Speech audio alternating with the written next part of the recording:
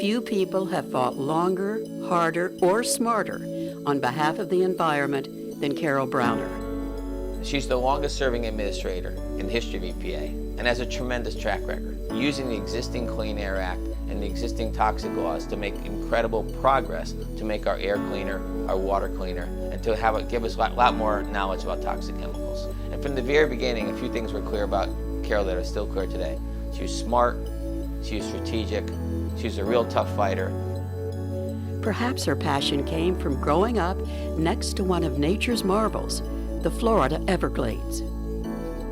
Growing up in South Florida and near such a fragile ecosystem had a profound impact on Carol's view of the world and her love of Florida, and her love of the environment.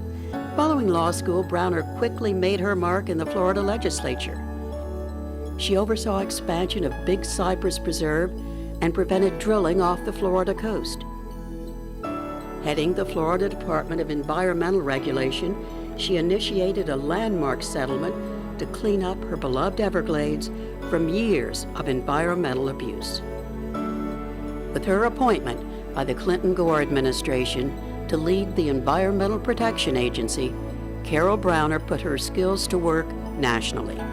Well, Carol is an incredibly persistent and dedicated person, and she leaves no stone unturned, and she's constantly alert to problems, threats, dangers that might have the effect of undoing this ongoing effort to protect the environment. She left an impressive record of achievement.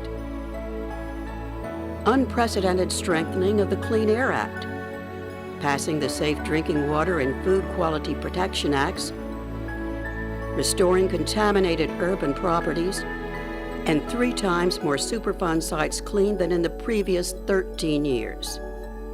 Well, I see her career as an arc of achievement, and of course what she has been able to accomplish, pushing the effectiveness of protection for clean air and clean water, and in dealing with the full range of environmental threats that our modern industrial society requires us to pay attention to. We worked together. We worked together again in 2008 when Carol was tapped by the Obama administration to lead the newly formed White House Office of Energy and Climate Change Policy. What a difficult job, but she took it on. I've always been so impressed with Carol's ability to bring all parties together to address major environmental problems. She brought all her skills to bear when the disastrous oil spill struck the Gulf of Mexico.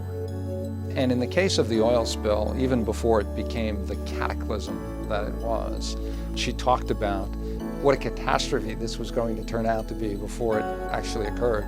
All during that spill, I would say that every single day until the well was finally capped, and even after, she worked at least 14 hours a day. She was the one with the idea for the $20 billion fund. I think it exemplifies everything that's good about her as a public servant, and everything that's important about what's good for our country. When you first see her and talk to her, you don't know that she has this vast amount of knowledge, and she kind of sucks you in. But also, I mean, she's just so much fun, and we really have a very good time together. We're sitting in an office which she helped to design, and the tenaciousness of her character is that everything in this office is recycled. Thinking about how my mother instilled a love for nature and the outdoors in me, I have to look back to just how immersed I was in nature, that it was always going to be a part of my life. And a huge piece of that was my mom's love, not just for being in the wilderness and being outside, but also for making sure that people of my generation and the generations to follow would be able to do just that. I'm very proud of my mother and the work she's done, and I hope that she continues to show the world that this is an important job to do.